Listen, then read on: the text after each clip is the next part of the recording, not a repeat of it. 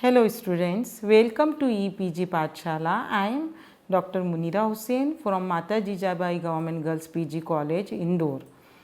Today I am going to talk on the module Batters and Dough from paper Food Science.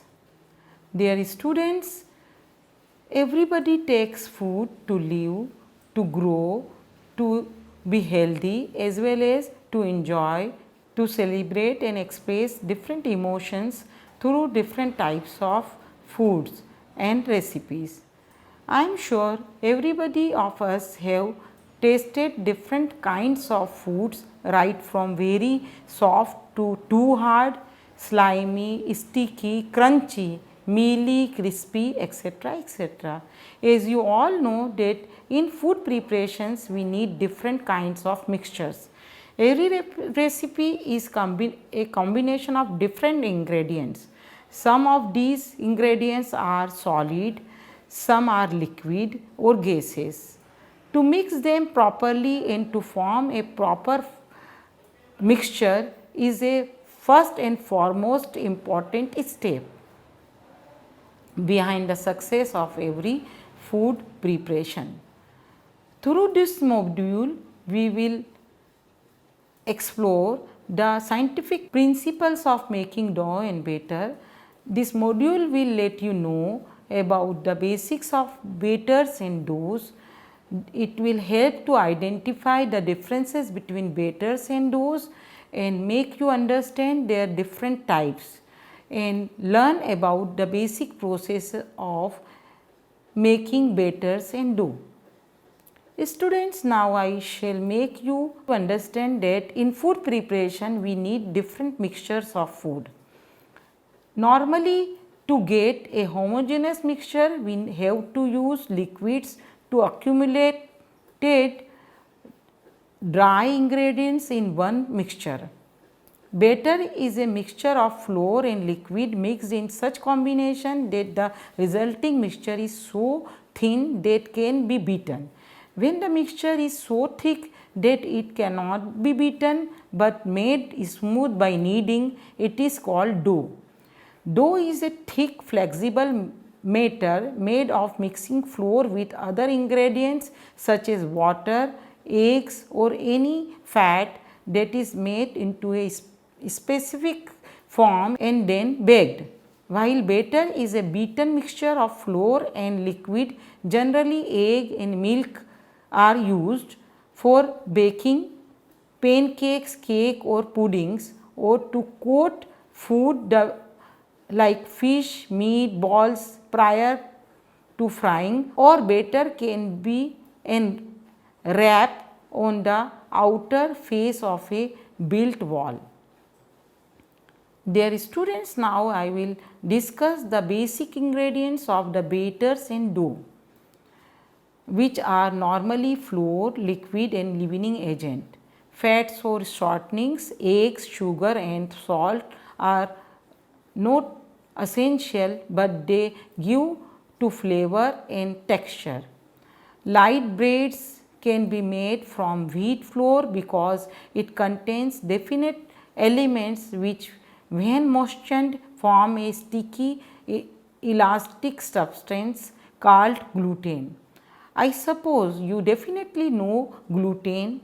If the temperature is sufficiently high, the gluten hardens and forms a framework adjacent to whatever other ingredients are contained in the loaf. However, it is not safe to rely exclusively on expansion of the moisture of anything. Air happens to be present in the mixture, either due to beating a plain batter or adding beaten eggs. In most batters and dough, a gas which expands on heating is carried by means of growth of yeast or by other chemical leavening agents. This gas expands more powerfully than the rate of the air or steam expands because it is more abundant. Students, do you know the reason for wide acceptability of wheat flour for making bread or cakes? chapatis, puris, etc.? Yes, of course, because of the unique protein that is gluten. Gluten has the property of forming an elastic thread like texture when dough is made. The action of the mixing of flour with water to form a thick mass is known as kneading. On kneading, the mass that gets formed is known as dough. The elasticity of the dough is due to gluten content. Students, just first have a quick review of what is gluten. It is a grayish compound of water insoluble proteins happening in wheat and other cereals and is composed primarily of the proteins gliadin and glutenin. The chain like molecules forms an elastic network and enwrap carbon dioxide from the leavening agent, expanding with it. The gluten content of the wheat flour varies from 7% to 15% as per the variety of the flour and the weather conditions. Students, it is important to know that for bread making high gluten content is good, but for other baked goods where lightness is required, lower gluten doughs are better. All purpose flour goes to thumb a desirable medium between the confines of bread flour and pastry flour made by the mixing of different varieties of the flour. As required in the recipes, the gluten content of dough is adjusted through the use of mostly cornstarch or other refined starch products which are gluten free. Dear students, you must know that sometimes other means of providing an elastic structure is needed to prepare bread from cereals which contain low gluten. This can be taken by the protein in eggs or by pre-cooking all or ingredients of the flour to form a gelatinous mass which can then be leavened and baked afterwards. On the other hand, flour from the low gluten cereals may be mixed with high gluten wheat flour for adjust its concentration and quality. So, this is the short story of the magic of gluten in dough formation. Now, I would like to discuss about mixing of ingredients in dough. Dough is made primarily mixing the water with flour and kneading it into a firm round ball or into any other shape of the choice. In making dough, flour made from rice, whey, almonds and other cereals are all used. The type of product, cooking and baking techniques, nature of products also decides the form of the dough. Mainly its viscosity and elasticity or rheological properties are important. Yeast fermented dough is used to make breads. Bread dough sometimes also contains milk or egg. Occasionally dough improvers are also used before making the final product. Among dough products more common are flatbreads such as pita, khubza, naan and crackers which are made from dough. Pasta, chapati and noodles are also made with unfermented dough. So, students, you are now aware of the basics of dough. Now, we will learn about its different types. Dough differ widely depending on ingredients, the type of product going to be prepared and the type of leavening agent, how the dough will be mixed like quickly mixed or kneaded and left to rise and cooking on baking techniques. There are various types of dough we can have. The most common way of categorizing it is either based on flour to water ratio, just like soft doughs which is a mixture of about 3 parts of flour to 1 part of liquid, such as biscuit dough are called soft doughs.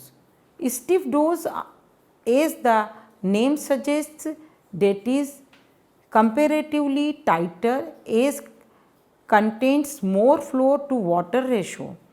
These are mainly used in making Indian bread preparations like chapatis, puris with or without stuffing. Fermented dough is another type. Again, the title indicates that which are being fermented before cooking or baking, like bread, bun and pizza base, etc. Leavened or fermented dough are generally made from grain, cereals or legumes that are milled to produce flour mixed with water and yeast, are used to make various breads all over the world. Salt, oil or fats, sugars or honey, and sometimes milk or eggs are also commonly used ingredients in bread dough. Commercial bread dough may also include dough improvers, a class of ingredients that produce desirable changes in the dough consistency and final product. Dear students, besides variations in softness, dough vary widely depending on the ingredients, the nature of product being produced, the type of leavening agents, mainly when the dough is based on yeast or not, how the dough is mixed, whether quickly mixed and kneaded or fermented and undergo cooking or baking. There are no proper definition of what makes dough. However, most doughs have different viscoelastic properties. Flatbreads such as pizza base, thepla, paratha, puran poli, puri, bhatura, kulcha, roti, etc. are eaten around the India and are also made from dough. Some flatbreads such as naan, pizza base are prepared with leavening agents, others such from quick dough. Moreover, pasta and noodles are generally based on unleavened dough that are worked until they are dry and smooth. After that, the dough is shaped into the final form. The finished pasta may be cooked directly or dried before cooking. Dear students, hope you are enjoying this voyage of dough exploring well. No, this is not over. So far we have discussed types as per the softness of the dough and basic ingredients of the dough. To add on further, I shall make in your notice that dough with higher fat content have a lesser water content, produce less gluten and are therefore normally less elastic than bread dough. These dough are often called short by bakers. This group includes many cookies and pie crust dough. For example, short crust pastry. In many parts of the central India, the quick method is used for making an instant roasted dough ball or bati. Quick breads are made using leavening agents other than yeast or instant baking powder or baking soda. Many recipes including most of cookies, cakes, biscuits and more are prepared by making quick doughs.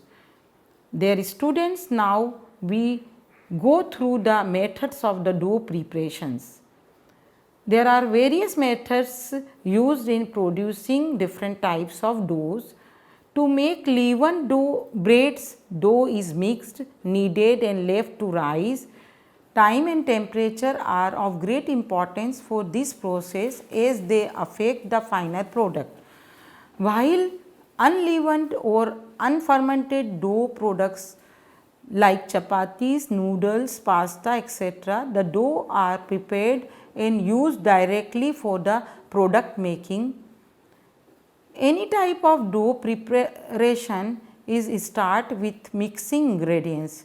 According to given recipe, then kneading the dough is required for proper development of the gluten and elasticity. Now I shall explain the mixing process of the ingredients in dough making.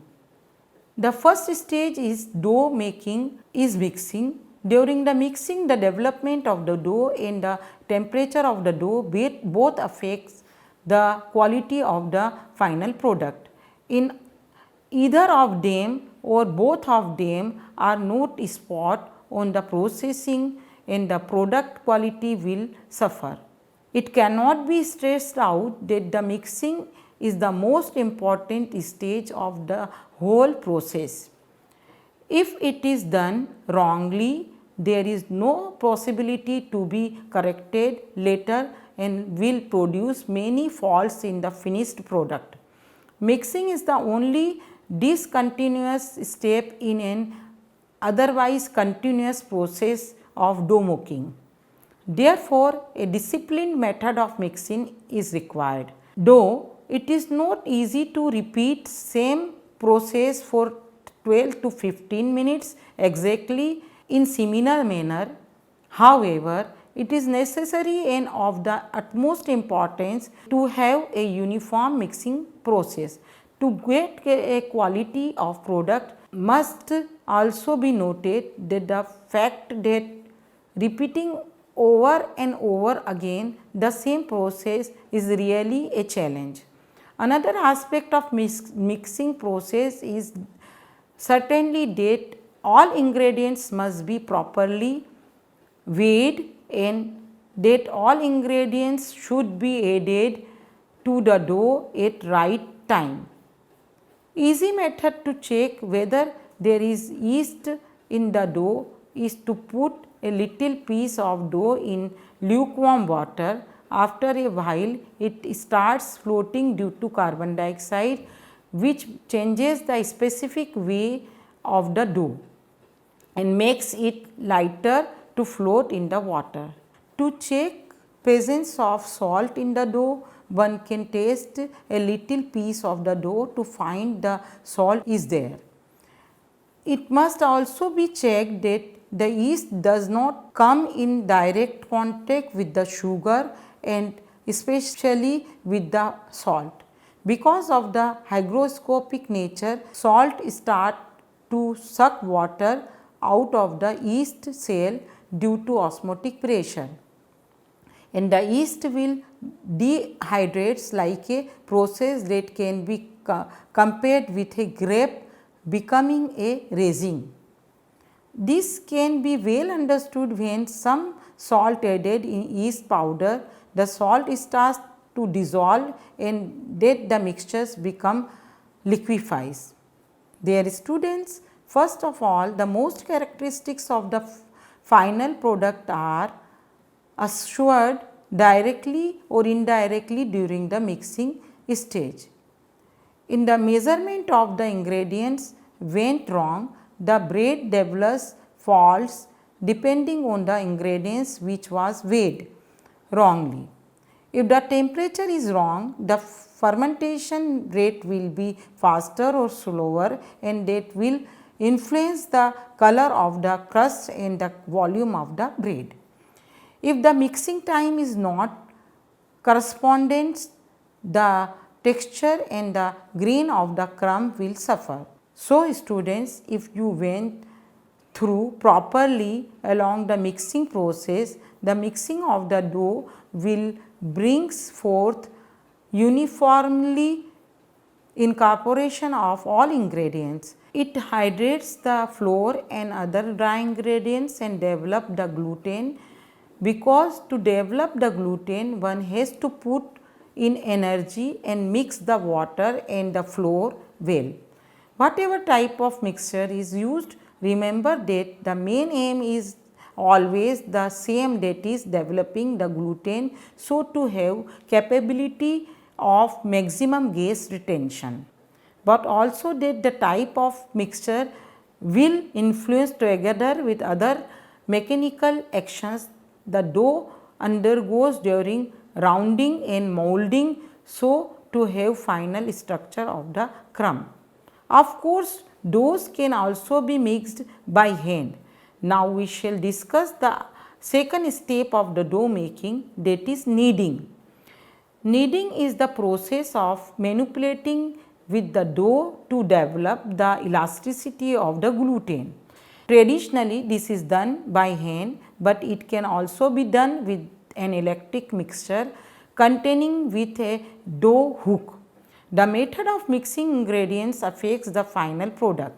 The dough must be well mixed to unite the ingredients equally with a homogeneous texture, as well as effectively developing the gluten and distributing the yeast uniformly. If this is not done, the textures and shape of the final product will undergo inequality. The dough should be kneaded until it is properly smooth and elastic. The presence of one or two bubbles beneath the surface of the dough is a sign that the dough is satisfactorily kneaded. Fat and sugar have a similar tendency of retarding gluten development. So, the rich breads may require longer kneading time, but at the same time over kneading can result in sticky dough. However, this is rarely a problem except when powerful commercial mixtures is used. So, students, you must now well understood how important and technical is the making of dough, which we normally take very casual. In bread dough preparation, knowing when can stop kneading the dough is among the more difficult aspect. Kneading dough strengthens the gluten, which are the stringy bands of protein that give bread the structure and texture. Kneading for 8 to 10 minutes in a mixer or 10 to 12 minutes by hand are the general standards. Few other features also indicate kneading quality. After initial kneading, the smoothness of the dough appears clearly. The dough starts looking like a shaggy, lumpy mass and will gradually smooth out as it worked on. By the end, it should be completely smooth and slightly tacky to the touch. At the third step of the kneading, dough holds shape. If a ball of dough lifts in hand and holds in the air for a second and it holds its ball shape, that means the gluten is tight and strong. It is shakes down between fingers. The gluten is still loose and needs some more kneading. Dear students, don't get lost. It is not tough to understand all these changes, which can be checked through the poking test. When a ball of dough is firmly poked by finger, if the indentation fills back quickly, the dough is done, but if it stays looking like a deep dimple, more kneading is required. Beside this, there is another test, that is the Windowpane Taste. In Windowpane Taste, pull off a golf ball sized piece of dough and stretch in between fingers into a thin sheet. If the gluten is well developed, the dough will be stretched into a thin film without breaking. It indicates completeness of the kneading. So, it must be clear to you now, dear students, that kneading for bread making is a cumbersome work which requires more stretching and folding of dough to make strong network of the gluten. After going through bread dough making process, now we will have a brief method of pasta dough making. Pasta is characteristically made from dry dough that is kneaded and shaped either through extrusion by rolling out into a pasta machine or stretched or shaped by hand like dumplings. Pasta may be cooked directly after production or dried, which makes it shelf stable. The students' dough or biscuits and many of the flatbreads which are not leavened with yeast are typically mixed according to the specific requirements, but not needed too much or left to rise. These dough are shaped and cooked directly after mixing. The other common doughs are pancakes, waffles, dough which are very loose in formulation. Some kinds of bar cookies such as brownies and many types of cakes, quick breads including muffins and alike products are often made with a semi-liquid batter of flour and liquid that can be poured to get final shape rather than a solid dough. Unlike bread dough, these batters are not stabilized through the formulation of a gluten network. So, students, I hope you have enjoyed as well as understood well about the details of dough making, its type and its preparation. Now, we shall discuss in details about the batter. Batter is a liquid mixture made up of one or more types of flours with ground grain powders or soaked grains that are previously grounded. Batters are very commonly used in various food preparations. The word batter comes from the French word battere, meaning to beat, as the term indicates that vigorous beating or whisking is required in many batters preparation. Like dough batters are used in many cuisines under many names.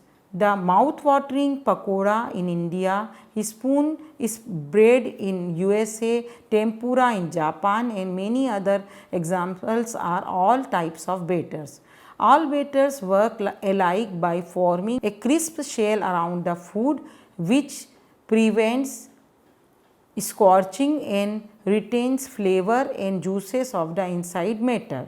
So, I feel that you are hurry students to learn more about this mouth watering aspect. Ideally, batter for fried food should be thick enough to adhere to the food, but not so thick as to become heavy. Wheat flour batters thicken further with every second after mixing because of the development of gluten if made using wheat flour. Strategies to reduce this effect include the use of ice water when mixing.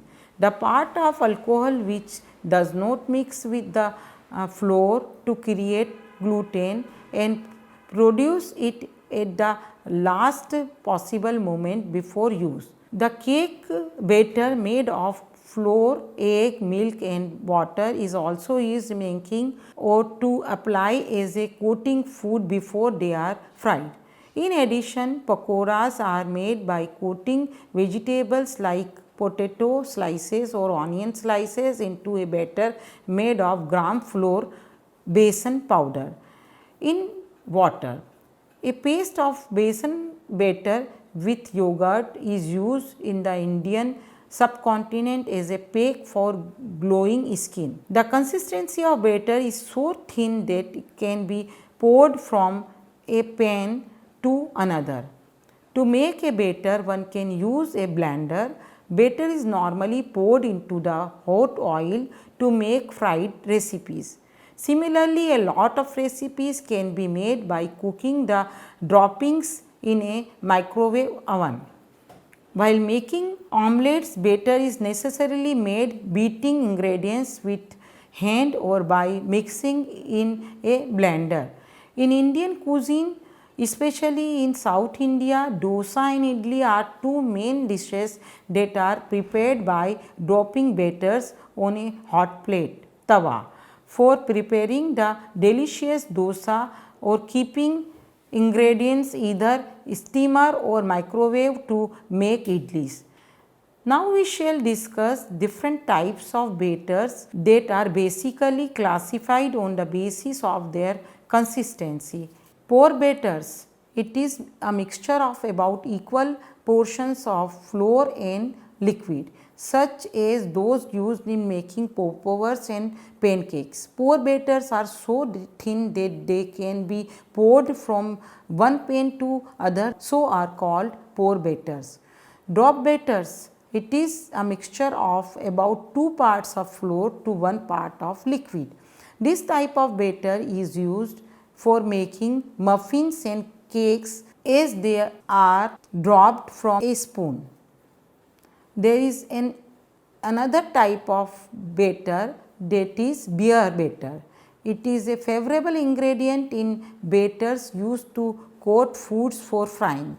One reason is that a basic batter can be made from just using flour, beer and some salt. The purpose of using beer is so that the bubbles in the beer provide some body and lightness to the batter. Depending on the quality and of the type of the beer, beer may also impart color or some flavor to the batter. This practice of making beer batter is popular in Australia, New Zealand and United States and other European countries. Some foods that are commonly made from beer batters are fried fish, chips and onion rings. So, students, after going through types of batter, we shall learn about its method of preparation. Dear students, as you know that mostly batters are made of dry flours by making with liquids such as water, milk or eggs. For making batters, grains can also be soaked in water and then grinding them into a thick paste. Many of time a leavening agent such as baking powder is also included to make it aerated, so the batter become fluffy as it cooks. The mixture may also be naturally fermented to make batter aerated and to add flavor. Carbonated water or soda carbonated liquids such as beer may be also used to get aeration in the batter in some recipes.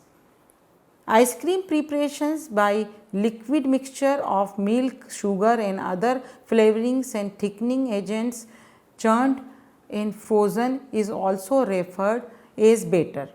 Although it does not have any dry flours or grains into them.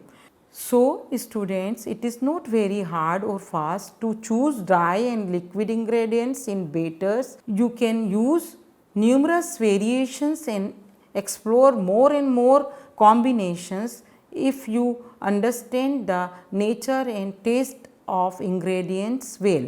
Furthermore, you must also know that the viscosity of batter may range from very heavy or thick which adhere to an unturned spoon to a thin paste similar to single cream enough to pour or drop from a spoon, and it is also called drop batter.